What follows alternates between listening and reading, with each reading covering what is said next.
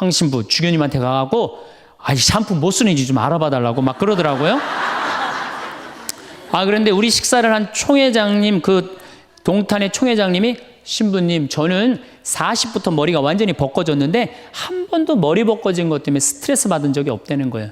그게 무슨 소리냐? 그랬더니 자기 부인이 40에 본당 사목 임원이었는데 사목회를 하고 집에 들어오면 막 짜증을 내고 들어온대요. 그 문을 열고 딱 한다는 부인이 첫 입을 열어서 하는 소리가 답답해 죽을 뻔했다고. 여보, 사목회가 그렇게 답답해? 그러면 그 부인이 그런데, 여보, 나는 사목회를 하는데 60이 먹은 그 본당의 회장님들이 머리가 빽빽하게 꽉 차 있으면은 그 머리를 보고 회의를 하면 가슴이 답답하다는 거야. 그리고 이제 자기 남편을 보고, 머리가 완전히 대머리인 남편을 보고 한마디 한대요. 이제야 가슴이 뻥 뚫린다고. 이게 얼마나 남편을 기를 살려주는 말이에요. 그렇지 않아요? 그러니까 여자는 맛도 있고 멋도 있고 누구 기도 살려줘? 남편 기도 살려줘야 되는 거예요. 부처님은요 7종류의 아내가 있다고 그래요. 첫째, 남편을 죽이는 아내가 있대요. 더러운 마음을 가지고 남편에 대한 사랑이 없고 남편을 업신여기는 아내. 아내가 권력 있으면 남편이 모든 것을 참고 침묵하기 때문에 그 참느냐고 빨리 죽는데요. 남편을 죽이는 아내가 있대요. 두 번째는 도둑과 같은 아내가 있대. 남편이 힘들게 돈 벌어 갖고 오면은 그거 그냥 막 써갖고 그냥 살림살이 엉망으로 하는 아내. 도둑과 같은 아내. 셋째, 주인과 같은 아내. 주인 행세하는 거죠. 그래갖고 그냥 자기는 일 안 하고 남편 막 시키는 주인과 같은 아내가 있고. 그 다음에 네 번째는 어머니와 같은 아내가 있대요. 항상 남편을 사랑하며 자식 대하는 것처럼 남편을 보호해주는 아내가 있대요. 그 다음에 누이 동생과 같은 아내. 남편을 섬기기를 다하고 자매와 같은 귀여움을 떨고 애교를 떠는 그런 누이 동생과 같은 오빠 하면서 그런 아내가 있다는 거예요. 그 다음에 친구 같은 아내가 있다는 거예요.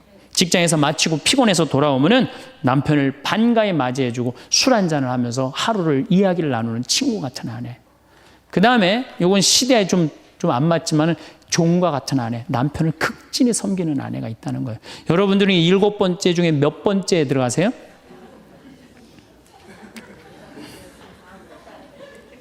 아무것도 아니에요? 이 7번째 아무것도 아니면 큰일인데. 근데 우리나라 남자들도 문제예요. 사실은 이 부인한테 참 잘해야 되거든요. 자기 믿고 따라온 사람이 얼마나 귀하게 해야 돼. 근데 우리나라 남자들 참 부인한테 말 못해요. 정말 이쁘다고 말 한마디 해주면 얼마나 좋아. 여자는요 1년 365일 365가지 방법으로 이쁘다는 소리를 듣고 싶어 한대요. 오늘같이 이렇게 태양이 찬란한 날은, 여보, 저 찬란한 태양처럼 당신 오늘 너무 이뻐. 그리고 비가 촉촉하게 오면, 여보, 당신 촉촉한 비처럼 이뻐. 어떤 방법을 써서라도 이쁘다는 말하면 여자는 행복하다는 거예요. 그리고 요리를 해주면 맛있다고 먹으면은, 김치찌개, 이렇게 맛있는 김치찌개 먹을 수 있는 사람은 세상은 나 하나밖에 없다고. 이렇게 정말로 이런 말을 해줘야 되는데, 생전 뭐 맛있다, 맛없다, 그런 말 안 하면은 여자가 밥할 맛 나겠어요? 안 나죠? 그럼요. 그리고 한 30년 밥 얻어먹었으면 이제 설거지는 해야지. 그렇게 얻어먹었으면 설거지는 해야지. 양심 있는 거 아니야? 그렇지 않아요? 여자는 언제 행복하냐면 남편이 자기 살림을 도와줄 때 행복하다고 그러더라고요. 내 얘기를 듣고 어떤 형제님이 17년 동안 설거지할 생각을 한 번도 안 했대. 17년 동안. 그래갖고 이제 내 얘기를 듣고 이제 자기도 이제 해봐야 되겠다, 그렇게 생각을 하고 저녁에, 여보, 당신 반찬하냐고 애쓰고 밥하냐고 애썼으니까 내가 설거지 해줄게. 앉아서 텔레비 봐. 그랬더니 부인이 그러더래요. 2번 청소하게 하지 설거지하게 하지 말고 그냥 가만히 있으라고 그러더래요.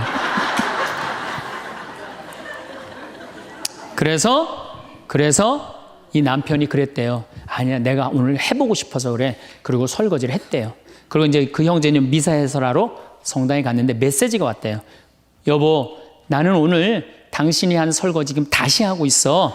하지만은 오늘처럼 행복한 날은 없어. 17년 결혼 생활 중에 오늘처럼 행복한 날은 없어. 고마워. 내 살림살이를 도와줘서. 그 메시지를 형제님이 나한테 보냈어요.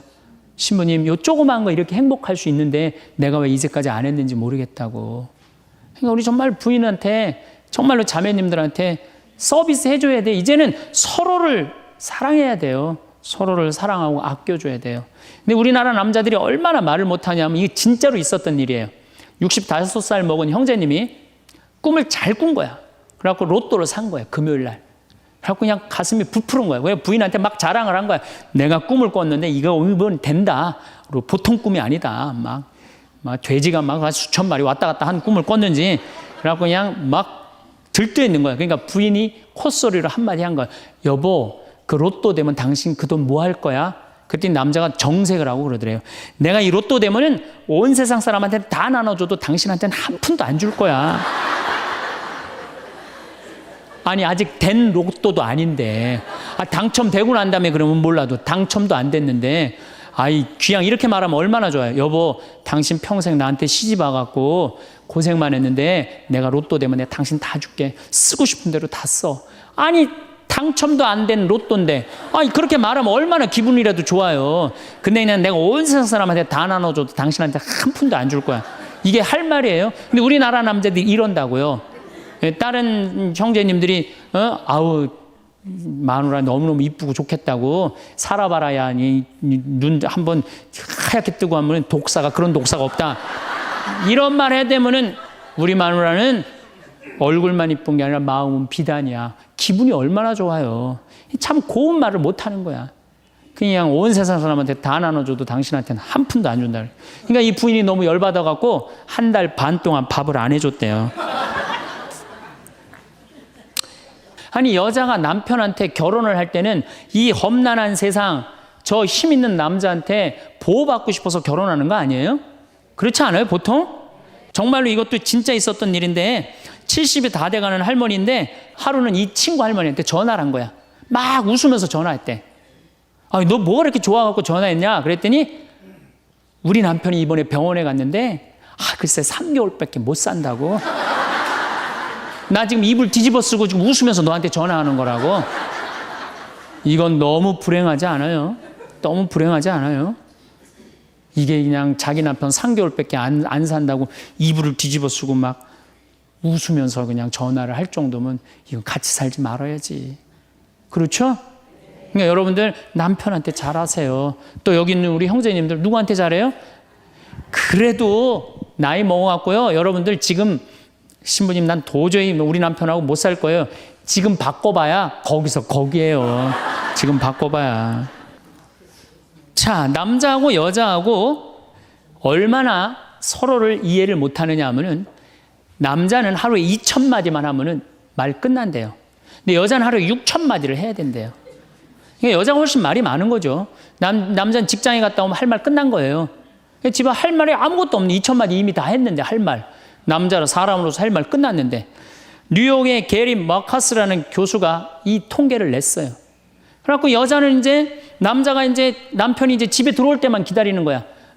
뭐 이웃집 아줌마 얘기도 하고 싶고 본당시 뭐 욕도 하고 싶고 막 그래갖고 기다리고 있는데 남편이 들어와서 여보, 그 집 남편은 그렇게 힘들게 돈을 버는데 여자는 맨날 찜질방 다니고 그냥 밍크코트 입고 다니고 정신 나간 여자라고. 그럼 남편은 할 얘기가 없는 거야. 쓸데없는 소리 하지 말고 밥이나 내놓으라고. 그럼 여자는 미치는 거예요. 진짜 괜찮은 남자들은 어떤 남자들이냐면은 그래 여보? 그럼 안 되지. 부인이 살림을 잘 살아야지. 남자가 그렇게 고생을 하는데 추임새를 넣어주고 속으로 외우세요. 500마디, 1000마디, 2000마디. 그래갖고 딱 속으로 4000마디 딱 끝나면 여보 이제 자자. 이래야지 이 남자는 후환이 없는 남편이에요. 여자 말을 들어줘야 돼요. 그래서 남자하고 여자하고 틀린 점이 이거야. 반대로 우리 자매님들은 여자는 흥분을 하면 5분이면 흥분이 끝난대요. 그래갖고 막 장보러 들어와갖고 막 욕을 5분만 하면은 아무 일도 없었던 듯이 부엌에 들어가갖고 콩나물도 따고 멸치 대가리도 딴대요. 아무 일도 없었던 듯이. 근데 남자는 5분 동안 바가지 긁을 동안 가만히 있는데요. 5분 지나면 그때부터 승질이 나기 시작한대. 근데 남자는 한번 승질이 나면 최소한 30분은 성질을 내야 된대. 그러니까 5분 지나고 나가고 이제 그때부터 이제 여자는 마음이 착 가라앉은 상태에서 저녁 준비를 하는데 그때부터 남자는 이제 거실에서 소리 지르는 거야. 내가 말이야 뭘 잘못했다고 네가 맨날 그러냐고 막 소리 지르면 마음이 가라앉은 여자가 나와서 남자 불을 질러요. 속에다가 뭐라고 그러냐면 당신은 말만 하면 이렇게 성질을 내고 그러느냐고. 자기는 이미 다 흥분 가라앉은 상태에서 막 성질 내는 남편한테 불은 자기가 질러놓고. 그러면 안 된다는 얘기죠. 30분 동안 길길이 뛰게 놔두란 얘기예요. 승질을 건드려 놨으면은. 제가 신학교 때, 부제 때 매스컴 세미나라는 걸 했는데, 그때 어떤 자매가 와갖고 정말 내 눈물을 찔끔 나게 하는 강의를 한 적이 있어요. 이 자매가 아들이 셋 있었대요. 근데 이제 아들이 셋 있는 집은 항상 둘째가 문제예요. 첫째는 첫째라고 잘해주고, 막내는 막내라고 잘해주죠. 그렇죠? 둘째는 항상 소외의식을 느껴요. 항상 피해의식을 느낀다고요.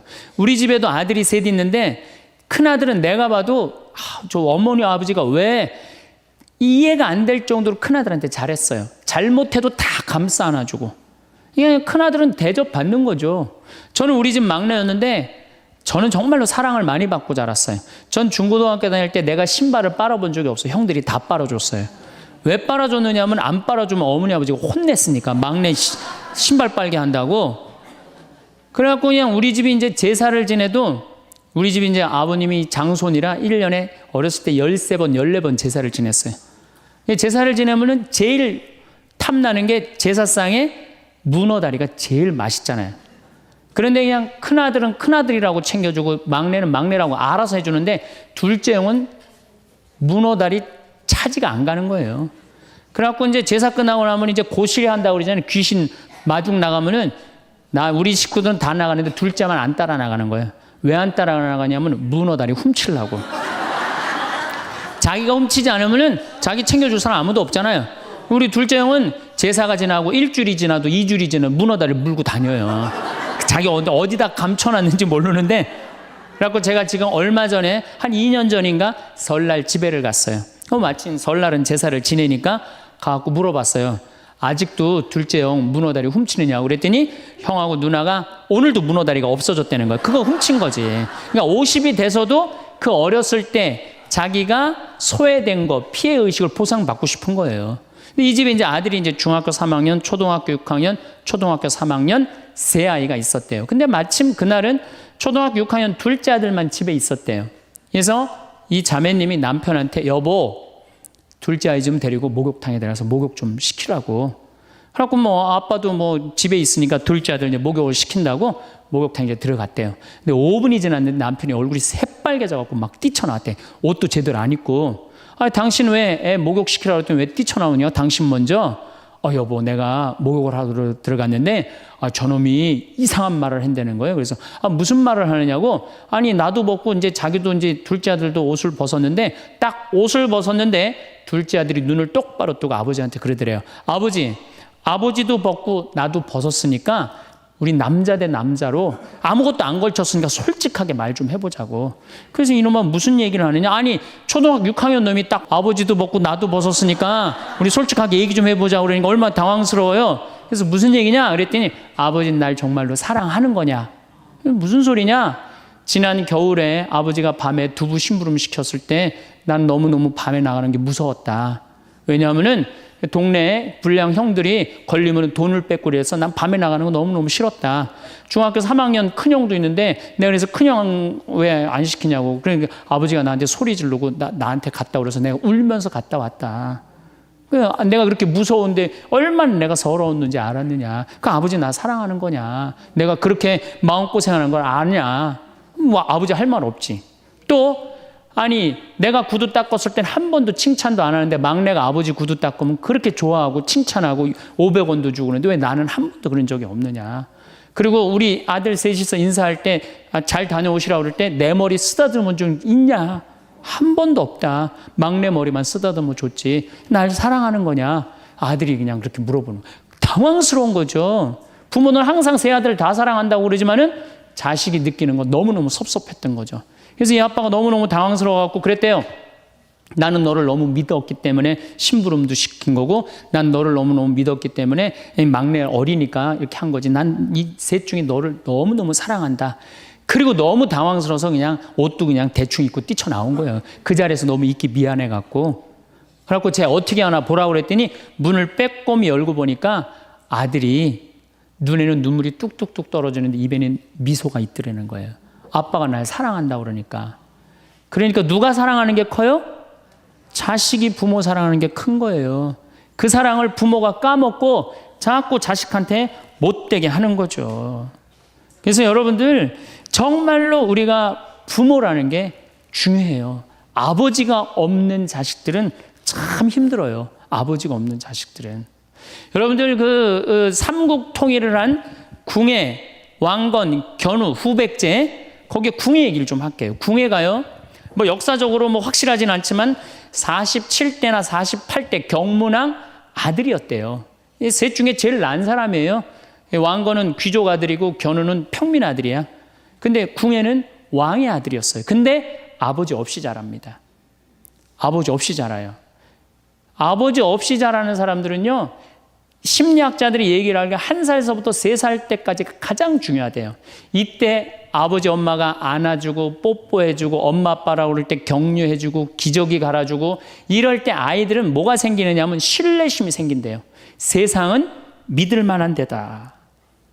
그리고 그냥 아이가 막 걸을 때 옆에서 박수 쳐주고 걸음 뛸 때 그럼 아이들이요, 그 굉장히 심리적으로 안정감을 준다는 거예요. 그런데 이때 아버지가 없는 아이들은 심리적으로 굉장히 불안하다는 거예요. 여러분들, 이 아빠가 아이들 이 목마 태워주면은 애들 좋아해요, 안 좋아해요?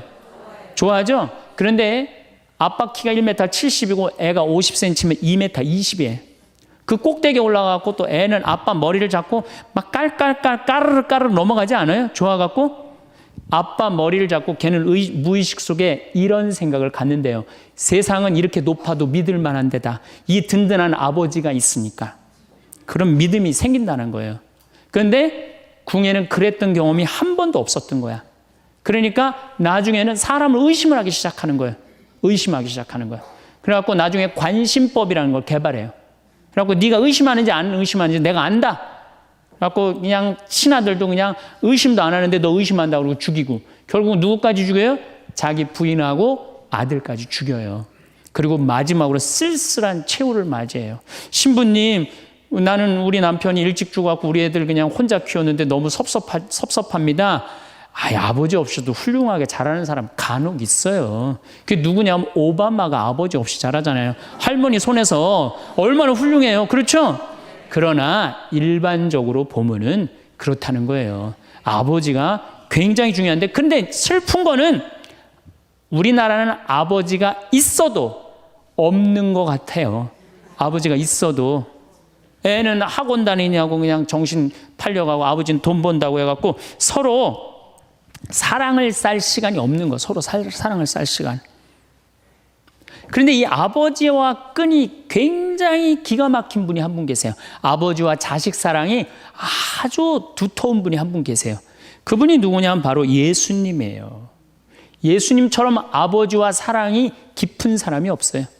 여러분들, 세례받을 당시 예수님이 물 위에 올라오시자 마르코복음 1장 11절에 뭐라고 그러냐면 너는 내가 사랑하는 아들, 내 마음에 드는 아들이다 라고 하느님 아버지께서 아들을 얼마나 사랑하는지 확인시켜줘요.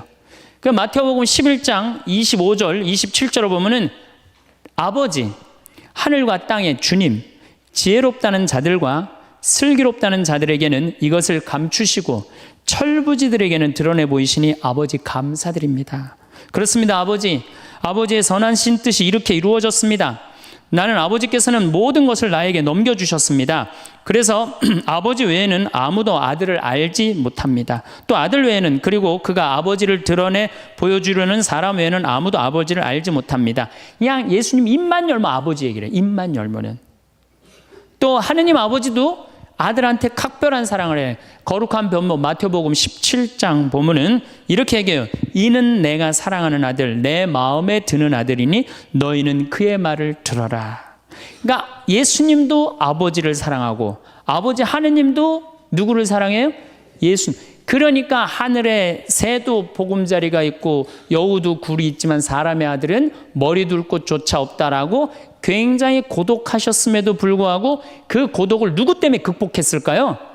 하느님 아버지와 철저한 사랑의 끈으로 그걸 극복한 거예요. 여러분들 자식들이 세상 살아가기 힘들다 하더라도 그 든든한 아버지가 있는 자식들은요, 극복해 나가요.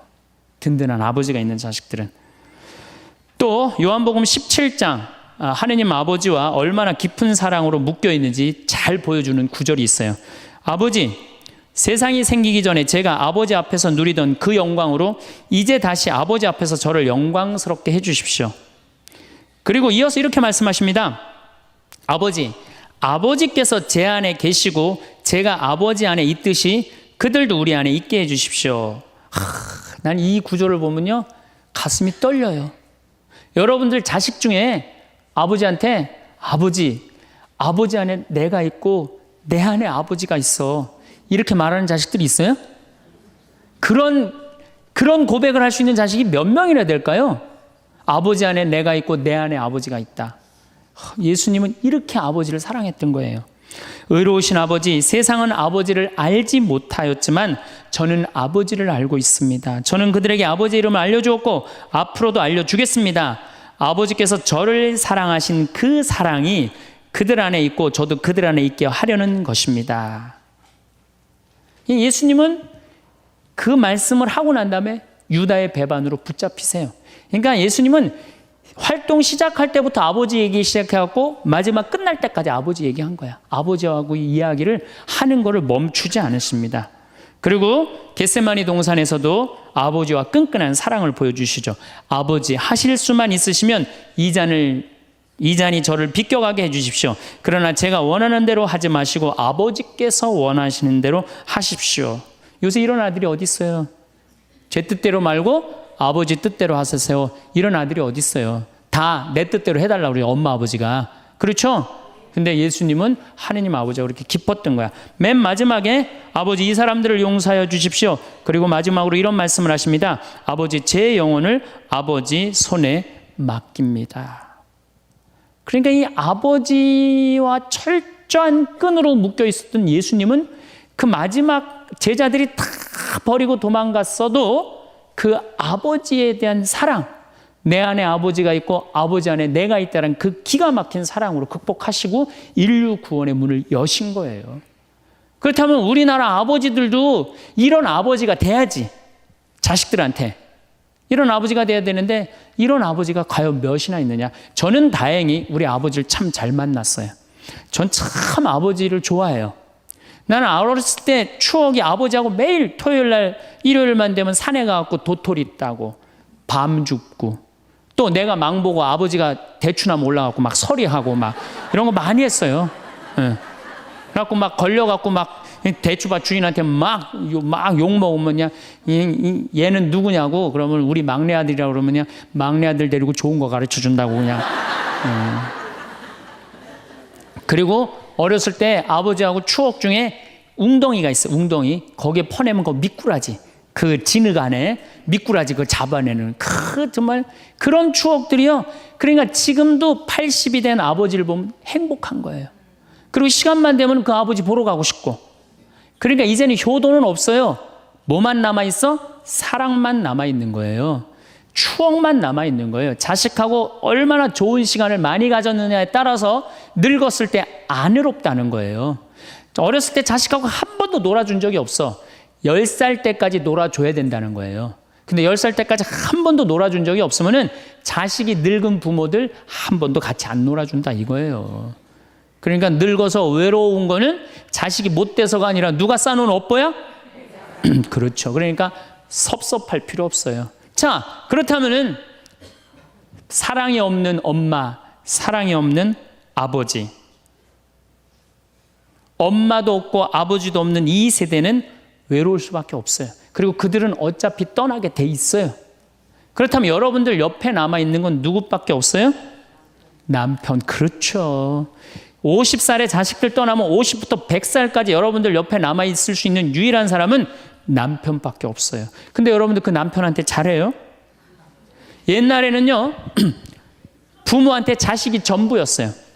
왜 옛날에는 부모한테 자식이 전부였느냐면 20살에 결혼해갖고 내가 40살이 되면은 자식이 20살이 돼요. 그러면은 되게 50살까지 밖에 못 살았어요. 그럼 자식이 몇 년 효도하면 되냐면 10년만 효도하면 돼요. 그러면 알아서 죽어줘 주니까. 그러니까 옛날엔 자식이 부모한테 애절해서 안 애절했어요? 애절했어요. 그리고 20살 먹은 아들이 왜 50살 먹은 부모한테 죽지 말라고 왜 그렇게 손가락 깨물어서 입에 단지해주고 허벅지 살 잘라갖고 울며 불며 죽지 말라고 그랬을까요?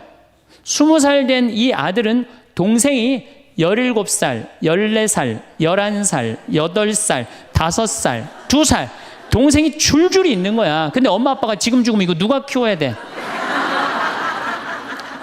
자기가 키워야 되니까 죽지 말라고 그러는 거예요. 죽어도 이거 누구까지 다 키우고 죽어? 막내까지 키우고 죽어라 이거야. 근데 만약에 우리 엄마 아버지가 막내까지 다 키웠다? 그러면 엄마 아버지 나이가 60이 되는 거예요.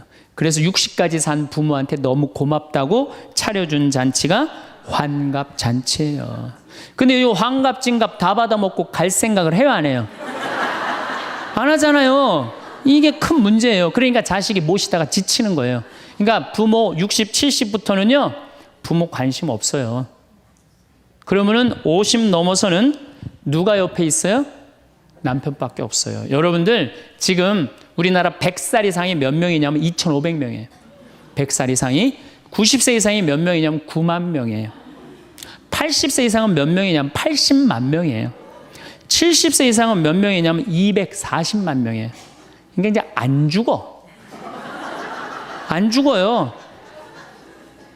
여기 죄송하지만 60세 넘으신 분들 손 들어보세요. 손 들어 괜찮아요. 이게 문제라는 거예요, 이게. 자식은 이미 떠나 있고 50 넘었고 60 넘어갖고는 누가 옆에 있어요? 남편밖에 없어요. 그러면은 자식한테 잘해야 됩니까? 남편한테 잘해야 됩니까? 남편한테 잘해야 돼요. 우리나라는요 안사람 바깥사람 제도가 있어요. 그래갖고 안사람은 집에서 애 놓다 죽고 바깥사람 바깥에서 돈 벌다 죽었어요. 근데 이게 의술이 좋고 영양이 좋고 고생을 안 하다 보니까 바깥사람이 50이 넘어도 안 죽는 거야. 안 죽어갖고 직장에서 쫓겨나갖고 집안에 들어와서 안사람이 돼버려요. 딱 안방에 이제 들어앉아 있는 거죠. 예. 근데 집안에 들어와갖고 부인 일을 도와주면 좋은데 도와줘요, 안 도와줘요? 안 도와주고 그냥 할 일 없으니까 마누라 하는 일 챙겨내, 안 챙겨내요? 챙겨내죠? 이게 미치는 거지, 그때부터. 젊었을 때는 맛있는 거 차려놓고 여보 일찍 들어와. 그래도 생전 안 들어오더니 이제 50 넘어서는 굳이 집에 안 들어와도 되는데 때 따라 철 따라 집에 들어오네. 그러니까 여러분들이 자식들 품에 안하고 키울 때는 외로운지 몰라요. 그렇죠? 근데 자식 떠나고 나면은 체인징 파트너를 해요. 이쁜 자식은 떠나고 쭈글쭈글한 남편이 돌아오는 거야. 그런데 50부터 110살까지 살려면은 젊었을 때 같이 여행 다니는 추억도 있어야 되고 젊었을 때 사랑도 쌓여 있어야지 50 넘어갔고 100살까지 있고 추억 먹고 살 거 아니에요. 근데 그런 추억이 하나도 없어. 그 50 넘어갖고 와갖고 그냥 잔소리만 하고 그냥 그러면은 그 남편이 싫은 거예요.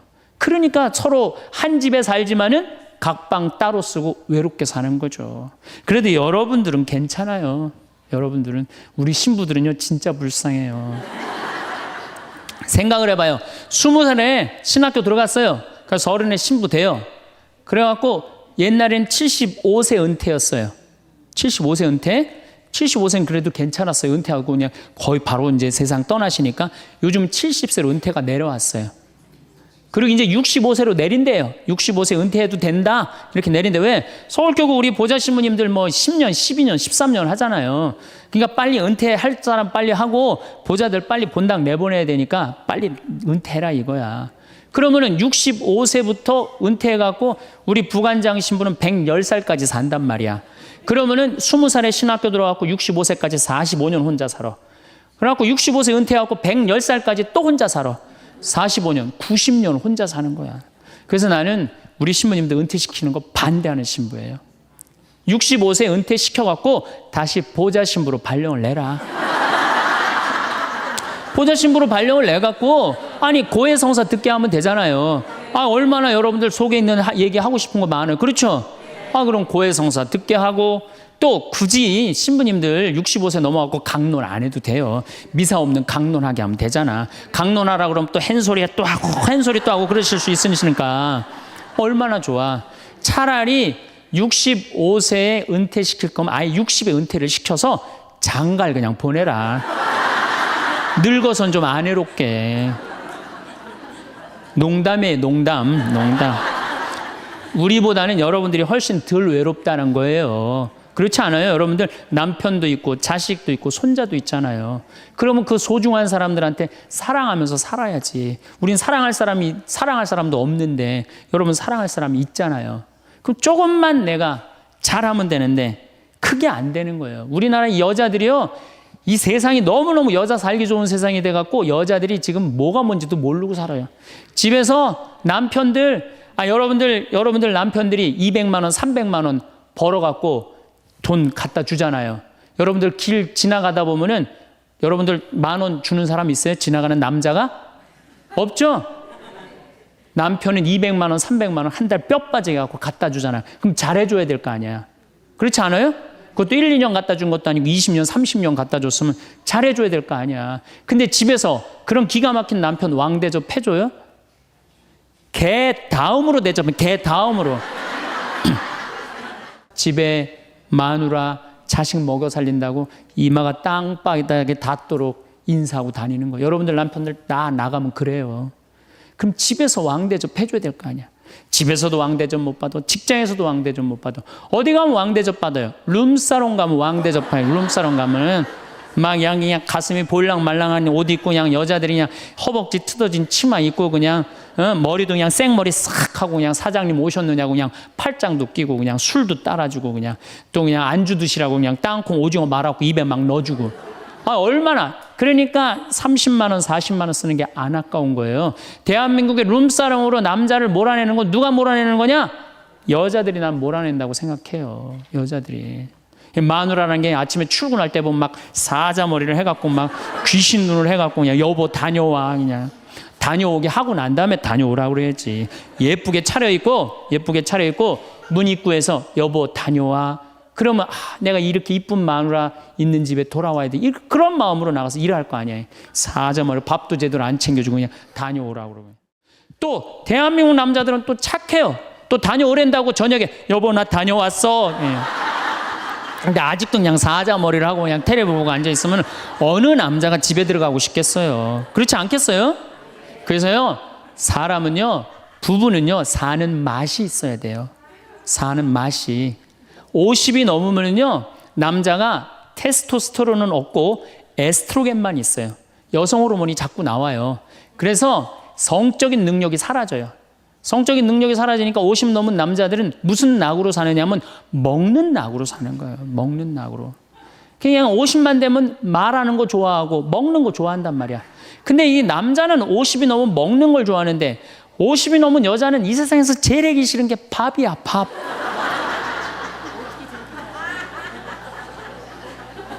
그러니까 그냥 둘이 사는데 왜 김치찌개를 끓여도 한솥 끓여. 그냥 하기 싫으니까 귀찮으니까 한솥 끓여갖고 그냥 다음날 아침에 그냥 그거 졸여갖고 아침상에 올려놓고 그냥 저녁엔 또 오늘같이 하루 피정하고 저녁에 이제 여보 나 저녁 집에 가서 먹을게 그러면 또 그거 볶아갖고 저녁상에 또 올려놓고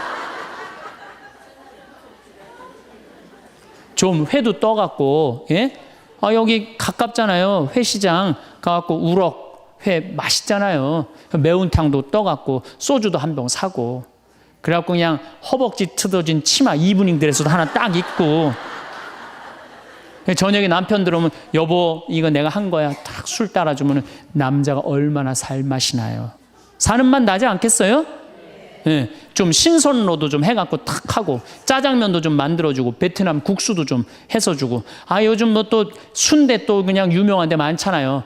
전화하면 택배로 다 보내주잖아요. 순대도 탁 썰어갖고 그냥 간 썰어갖고 그냥 소주 한 잔 탁 하고 신부님 무슨 돈으로 그런 걸 합니까? 애 휴학시키고 자식은 무슨 자식이야. 지금 누구밖에 없어요? 부부밖에 없어요. 애 휴학시키고 그렇게 하세요. 신부님 난 휴학시킬 자식이 없는데 집 잡혀요. 나이 드신 분들은 은행에 가고 집 잡혀갖고 다 쓰세요. 자식 물려줄 생각하지 말고. 네. 그래야지 사는 맛으로 사는 거 아니에요. 그리고 부부는 사는 맛으로도 살아야지만 사는 멋으로도 살아야 돼. 사는 멋이 있다. 멋있게 살아야 될 거 아니에요. 근데 나는 제일 가슴 아픈 우리 자매님들이 어떤 분들이냐면은 자기를 꾸미지 않는 분들이에요. 이쁘게 좀 이쁜 옷도 사 입고 그래야 되는데 생전 아니 자기가 무슨 군인이야? 집에 있어도 파마를 해도 꼭 철모 뒤집어 쓴 거 딱 1년 내내 풀어지지도 않는 거 쓰고 앉아갖고 그냥 생전 그냥 마누라라는 게 그냥 맵시 있는 옷 한 번 제대로 입지도 않고 그럼 남편이 사는 맛이 있어요? 사는 멋이 있어요? 좀 꾸며야죠 본인이. 예쁜 옷도 좀 사서 입고 좀 브릿지도 좀 넣었다가 머리도 그냥 생머리도 했다가 이쪽으로도 묶었다가 저쪽으로도 묶었다가 어느 날 좀 틀어도 올리고 막 이래야지 그냥 남자가 사는 맛도 있고 사는 멋도 있을 거 아니에요. 생전 그냥 옷도 그냥 신부님 옷 맵시가 있어야지 옷을 사 입죠. 그러면 좀 살도 좀 빼시고 그냥 이건 벤지 엉덩이지 구분도 안 되는 그냥 몸매를 가지고 그냥 그러니까 그냥 몸빼바지만 계속 짚고 이 집에 있으면은 어느 남자가 집에서 가고 싶어요. 본인을 꾸미시라는 거예요. 그래서 남자는요 사는 맛도 있고 사는 멋도 있는 거, 멋도 있어야 돼요. 그래서 예쁜 옷. 남편도 좀 꾸며주고. 남편도 좀 나비 넥타이도 좀 하고. 남자가 50이 넘으면요 제가 지난 그 미국에 한번 강의를 갔는데 너무 멋있는 부부를 봤어요. 남편이 한 60쯤 돼 보이는데 식사를 같이 하려고 그러는데 남편이 살짝 머리가 벗겨졌더라고요. 근데 부인이 사각모를 탁 저기 뭐 차에 하더라고요. 남편을 바깥에서 만났는데 딱 했는데 부인이 여보 이거 써. 탁 씌워주는데 너무 멋있더라고요. 여러분들 앞 백화점에 가갖고 남편 좀 사각모도 좀 멋있는 거 좀 중절모도 멋있는 거 사서 탁 씌우면 얼마나 좋아. 그렇지 않아요? 옷도 이제 50이 넘으면요 단색을 입어야 돼요. 노란색을 입든지 초록색을 입든지 아니면 빨간색을 입든지 그래야지 좀 젊어 보이는데 이거는 그냥 김치국물 떨어져도 안 보이는 체크무늬 사서 입혀갖고 그냥 1년 내내 빨아주지도 않고 그냥 맛도 없고 멋도 없는 거죠. 그래서 좀 무슨 돈으로 휴학시키고 자식은 무슨 자식이에요. 여러분들 이제 50이 넘어가갖고요 여러분들의 유일한 동반자는 누구밖에 없다? 남편밖에 없다. 그럼 남편한테 잘해줘야죠. 50이 넘으면 또 남자들도 문제는 문제예요. 이 남자는 50이 넘어가면 친구가 없어져요. 오로지 방에만 있는 거 집에만. 근데 여자는 바뀌어 또 성격이 바뀌고 50이 넘으면 친구가 너무 많아. 그냥 맨날 만나러 나가야 되는데 그냥 이 남자고 여자고 이제 서로 힘든 거죠. 그 또 그냥 50, 60 넘은 남자들은 씻지도 않아. 그냥 냄새 나고 그냥 이러니까 그냥 남편 옆에 가까이 가기도 싫은 거죠. 예. 근데 이 부부가요 서로 애인같이 살아야 돼요. 우리 자매님들 자기를 애인같이 꾸며야 돼요. 그래갖고 언제든지 집에서도 깔끔하고 예쁘게 차려입으면 남자가 기분이 좋잖아요. 집도 좀 화분도 좀 예쁜 거 좀 해놓고 여행도 좀 다니고 둘이 공연도 좀 가고 극장도 좀 보러 다니고 이래야지 그냥 사는 맛도 나고 사는 멋도 날 거 아니에요. 그래서 제발 좀 성지순례 좀 가세요. 제가 여러분들한테 꼭 부탁하고 싶은 거는 옛날에 중세시대는요 성제 집 다 팔아 갖고 갔어요. 다 팔아서 그냥 예루살렘 가는 걸로 끝나는 거예요. 거기서 죽어도 여한이 없다고. 그러니까 여러분들도 예수님 어제 복음에 자케오 얘기 나왔죠? 그거 예리고 얼마나 좋아요. 그리고 그냥 갈릴레아도 좀 호수도 가보고 얼마나 좋아요. 신부님 무슨 돈으로? 휴학시키고 그 돈이면 충분해요. 한번 갔다 오면은요 신앙이 틀려지거든요. 성주순례도 가고 제가 그 지난 9월인가 작년 9월에 성주순례를 한 40분 하고 갔다 왔는데 어떤 형제님이 70 먹은 형제님이 기가 막힌 말씀을 하시더라고요. 무슨 말씀을 하시냐면은 내 강의를 듣고 집을 잡혀서 왔대요.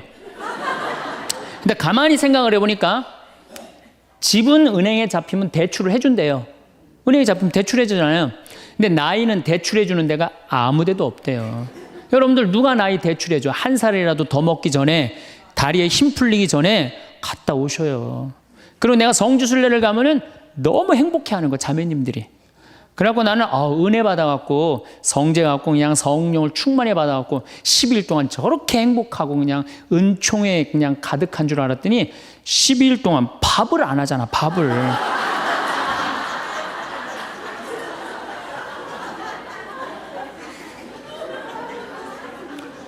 남편, 부부는 맛도 있고 멋도 있어야 되지만 기도 살려줘야 돼. 남편 기도 살려줘야 돼요.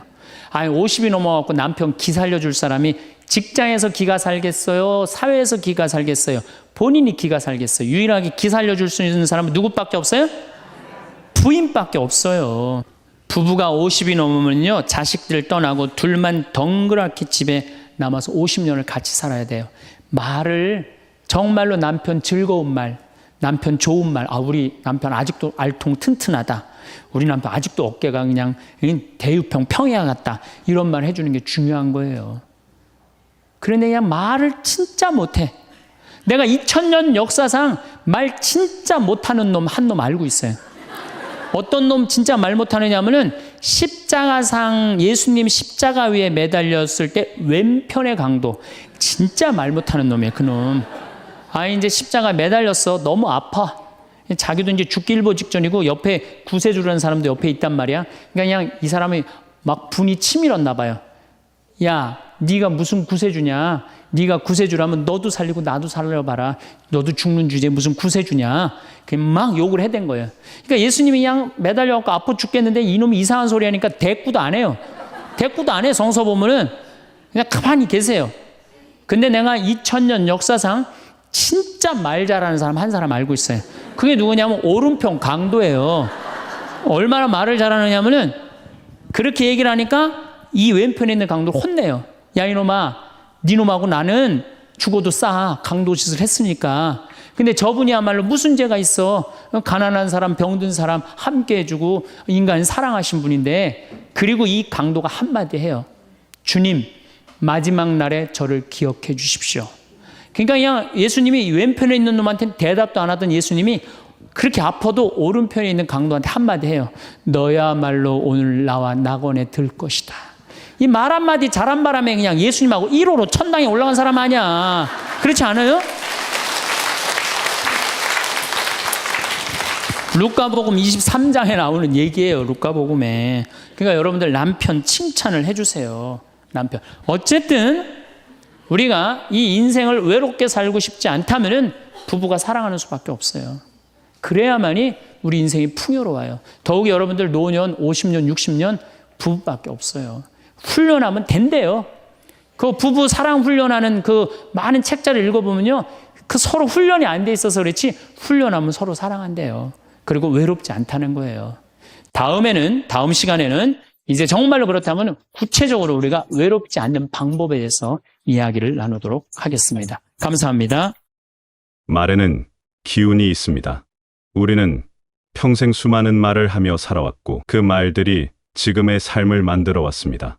어떤 집에 들어서면 공기가 포근하고 어떤 사람 곁에 있으면 마음이 편안해지는 이유는 바로 그곳에 흐르는 말의 온기 때문입니다. 말은 단순한 소리가 아닙니다. 그 안에는 사람의 기운과 마음가짐이 고스란히 담겨 있습니다. 우리가 내뱉는 말 한마디가 공기를 타고 흐면서 분위기를 만들고 그 분위기가 모여 관계를 만들고 관계가 모여 삶의 색깔을 만듭니다. 그래서 말은 그저 지나가는 것이 아니라 남는 것입니다. 좋은 말을 하는 사람 곁에는 사람이 모이고 거친 말을 하는 사람 곁에서는 사람이 떠납니다. 이것은 도덕의 문제가 아니라 기운의 문제입니다. 우리는 본능적으로 따뜻한 곳으로 가고 차가운 곳에서는 물러납니다. 말도 마찬가지입니다. 따뜻한 말이 있는 곳에는 자연스럽게 발걸음이 향하고 선말이 오가는 곳에서는 저도 모르게 몸이 움츠러듭니다. 그래서 말은 단지 표현의 문제가 아니라 삶의 방향을 결정하는 나침반과도 같습니다. 어디로 가고 싶은지, 누구와 함께하고 싶은지는 결국 어떤 말을 하느냐에 달려 있습니다. 말은 보이지 않지만 느껴집니다. 같은 공간에 있어도 어떤 말이 오가느냐에 따라 그 공간의 느낌이 완전히 달라집니다. 따뜻한 말이 오가는 공간은 머물고 싶고 차가운 말이 오가는 공간은 빨리 벗어나고 싶습니다.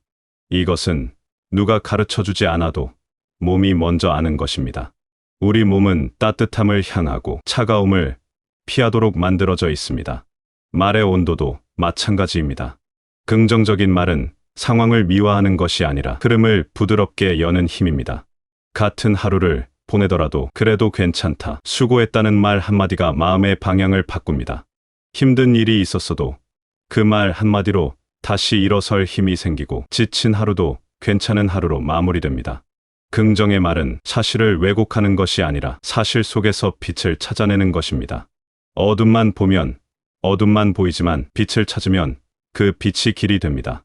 긍정의 말이 중요한 이유는 단순히 기분을 좋게 하기 때문만은 아닙니다. 긍정의 말은 실제로 상황을 바꾸는 힘이 있습니다.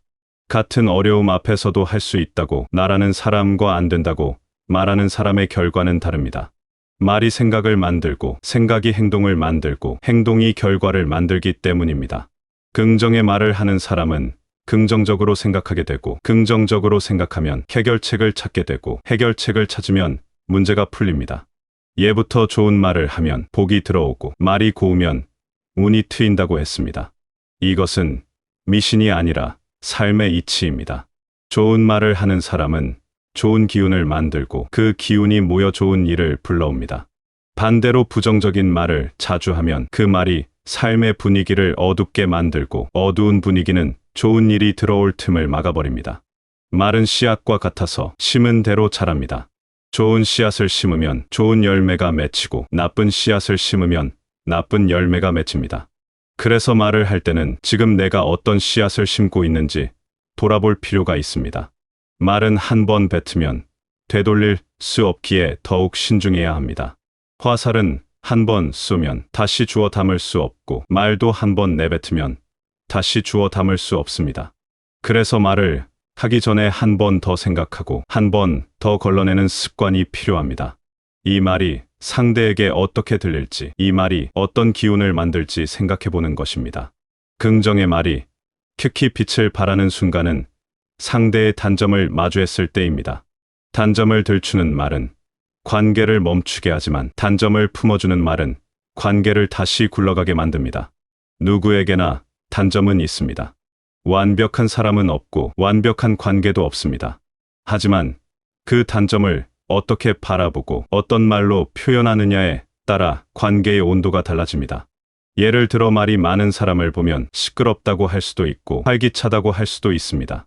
느린 사람을 답답하다고 할 수도 있고 신중하다고 할 수도 있습니다. 같은 모습이지만 어떤 말로 표현하느냐에 따라 상대가 받는 느낌은 전혀 달라집니다. 단점을 긍정적으로 바라보는 말은 상대의 마음을 열고 신뢰를 쌓습니다. 그 사람도 자신의 단점을 알고 있습니다. 하지만 그것을 있는 그대로 받아주는 말을 들으면 편안함을 느끼고 더 나은 모습을 보이고 싶어집니다. 단점을 품어주는 말이 바로 관계의 윤활유입니다. 기계도 윤활유가 있어야 부드럽게 돌아가듯 관계도 따뜻한 말 한마디가 있어야 매끄럽게 흘러갑니다. 서로의 모난 부분을 부딪히며 상처받는 관계가 아니라 서로의 모난 부분을 감싸주며 함께 굴러가는 관계가 오래갑니다. 그리고 그 감싸주는 힘은 거창한 행동이 아니라 따뜻한 말 한마디에서 시작됩니다. 사람은 누구나 인정받고 싶어 합니다. 자신의 존재가 괜찮다는 확인을 받고 싶어 합니다. 그리고 그 확인은 대부분 말을 통해 이루어집니다. 괜찮다, 잘하고 있다, 고맙다는 말 한마디가 사람의 마음을 채웁니다. 반대로 그런 말 없이 지적과 비판만 있으면 마음이 메마릅니다. 메마른 마음은 관계를 멀어지게 하고 멀어진 관계는 회복하기 어렵습니다. 긍정의 말은 상대를 위한 것처럼 보이지만 결국은 나에게 돌아옵니다. 좋은 말을 자주 하는 사람의 삶에는 사람도 기회도 자연스럽게 머뭅니다. 사람들은 본능적으로 편안한 사람을 찾고 좋은 기운을 주는 사람 곁에 머물고 싶어 합니다. 그래서 좋은 말을 하는 사람 주변에는 항상 사람이 있고 그 사람들이 가져오는 소식과 인연이 또 다른 기회를 만듭니다. 말이 고운 사람 곁에 복이 머문다는 옛말은 이제 현대적으로 해석하면 이렇습니다. 긍정의 말을 하는 사람에게는 좋은 관계가 모이고 좋은 관계는 좋은 정보를 가져오고 좋은 정보는 좋은 기회를 만든다는 것입니다. 복은 하늘에서 떨어지는 것이 아니라 사람을 통해 옵니다. 그리고 사람은 좋은 말이 있는 곳으로 모입니다. 결국 긍정의 말은 상대를 위한 배려이면서 동시에 자신의 운을 다듬는 습관입니다. 말을 바꾸면 관계가 바뀌고 관계가 바뀌면 삶이 바뀝니다. 이것은 과장이 아니라 수많은 사람들이 경험으로 증명한 사실입니다. 작은 말 하나가 무너진 관계를 회복시키기도 하고 작은 말 하나가 오랜 인연을 끊어버리기도 합니다. 그만큼 말은 강력한 힘을 가지고 있습니다. 그래서 말을 함부로 하지 않는 것, 좋은 말을 선택하는 것은 단순한 예의가 아니라 삶을 가꾸는 지혜입니다. 말은 거울과 같습니다. 내가 한 말은 결국 나에게 돌아옵니다. 좋은 말을 하면 좋은 말을 듣게 되고 거친 말을 하면 거친 말을 듣게 됩니다. 사람들은 자신이 받은 대로 돌려주기 때문입니다. 따뜻하게 대하면 따뜻함을 받고 차갑게 대하면 차가움을 받습니다. 이것은 인과응보라는 거창한 이야기가 아니라 일상에서 매일 일어나는 일입니다. 시간이 흐를수록 말의 방향이 인생을 만듭니다. 어떤 말을 자주 하는지, 어떤 말을 입에 달고 사는지가 그 사람의 인상과 삶의 태도가 됩니다. 불평이 많은 사람은 점점 불평스러운 얼굴이 되고 감사가 많은 사람은 점점 온화한 얼굴이 됩니다. 말이 표정을 만들고 표정이 모여 인상을 만들고 인상이 모여 삶의 분위기를 만듭니다. 날선 말보다 온기 있는 말이 관계를 오래 남깁니다. 날카로운 말은 한순간 통쾌할 수 있지만 그 상처는 오래 남습니다. 반면 따뜻한 말은 당장은 평범해 보여도 그 온기는 오래도록 마음에 남아 있습니다. 사람들은 누가 뭐라고 했는지는 잊어도 그때 받은 느낌은 잊지 않습니다. 따뜻한 말을 들었을 때의 그 편안함, 그 안도감은 오래도록 기억에 남아 그 사람에 대한 신뢰가 됩니다. 잘 말하는 사람보다 좋은 기운을 남기는 사람이 되는 것이 중요합니다. 말을 잘한다는 것은 유창하게 말하는 것이 아니라 따뜻하게 말하는 것입니다. 많은 말을 하는 것이 아니라 필요한 말을 하는 것입니다. 화려한 표현을 쓰는 것이 아니라 진심을 담는 것입니다. 말의 기술보다 말의 온도가 중요합니다. 아무리 멋진 말이라도 차갑게 들리면 마음에 닿지 않고 아무리 서툰 말이라도 따뜻하면 마음을 움직입니다. 말은 습관입니다. 한두 번 좋은 말을 한다고 삶이 바뀌지는 않습니다. 하지만 매일 조금씩 좋은 말을 하다 보면 그것이 습관이 되고 습관이 성품이 되고 성품이 운명이 됩니다. 작은 말 하나가 모여 큰 변화를 만듭니다. 오늘 하루 한마디의 긍정적인 말이 내일의 관계를 만들고 내일의 관계가 모여 미래의 삶을 만듭니다. 말을 바꾸는 연습은 어렵지 않습니다. 지금 당장 시작할 수 있습니다. 불평하려던 말을 감사로 바꾸고 지적하려던 말을 격려로 바꾸고 부정하려던 말을 긍정으로 바꾸는 것입니다. 처음에는 어색하고 익숙하지 않을 수 있습니다. 하지만 계속하다 보면 자연스러워지면 삶이 바뀝니다. 거창한 말이 필요한 것은 아닙니다. 하루 한마디의 따뜻한 긍정이면 충분합니다. 고맙습니다. 수고했습니다. 괜찮습니다. 잘 될 겁니다. 이런 평범한 말들이 모여 일상을 바꾸고 일상이 모여 인생을 바꿉니다. 오늘 건넨 말 한마디가 내일의 관계를 만들고 내일의 운을 만듭니다. 말은 그저 스쳐 지나가는 소리가 아니라 쌓여서 삶이 되는 것입니다. 말을 바꾸는 것은 곧 마음을 바꾸는 것입니다. 말이 바뀌면 생각이 바뀌고 생각이 바뀌면 행동이 바뀌고 행동이 바뀌면 삶이 바뀝니다. 그래서 말은 단순한 표현이 아니라 삶을 바꾸는 도구입니다. 여러분이 매일 하는 말이 여러분의 미래를 만들고 있습니다. 말은 돌이킬 수 없습니다. 한번 내뱉은 말은 다시 주워 담을 수 없습니다. 그래서 더욱 신중해야 하고 더욱 따뜻해야 합니다. 후회할 말을 하느니 침묵하는 것이 낫고 상처 줄 말을 하느니 미소 짓는 것이 낫습니다. 하지만 좋은 말은 아끼지 말아야 합니다. 따뜻한 말, 격려의 말, 감사의 말은 많이 할수록 좋습니다. 말은 쓸수록 닳는 것이 아니라 쓸수록 익는 것입니다. 말의 힘은 생각보다 큽니다. 작은 말 하나가 무너진 마음을 일으키고 작은 말 하나가 얼어붙은 관계를 녹입니다. 말은 마법과 같아서 순간을 바꾸고 분위기를 바꾸고 인생을 바꿉니다. 그리고 그 마법은 특별한 사람만 부릴 수 있는 것이 아니라 누구나 선택할 수 있는 것입니다. 오늘부터, 지금부터 조금 더 따뜻한 말을 선택하면 됩니다. 말이 바뀌면 세상이 바뀝니다. 여러분이 건네는 말 한마디가 누군가의 하루를 바꾸고 그 하루가 모여 인생을 바꿉니다. 그리고 그것은 결국 여러분의 삶도 바꿉니다. 좋은 말을 하는 사람에게는 좋은 사람이 모이고 좋은 사람이 모이는 곳에는 좋은 일이 생깁니다. 이것이 말의 복이고 말의 운입니다. 말에는 기운이 있습니다. 그리고 그 기운은 여러분이 선택할 수 있습니다. 오늘 하루 조금 더 따뜻한 말을 선택하시기 바랍니다. 조금 더 긍정적인 말을 선택하시기 바랍니다. 그 작은 선택이 모여 여러분의 삶을 빛나게 하고 여러분 곁에 있는 사람들의 삶도 빛나게 할 것입니다. 말은 단순한 소리가 아니라 삶을 가꾸는 도구이며 복을 부르는 씨앗입니다. 여러분이 건네는 따뜻한 말 한마디가 세상을 조금 더 따뜻하게 만들고 그 따뜻함이 결국 여러분에게 돌아와 삶을 풍요롭게 만드시길 바라겠습니다.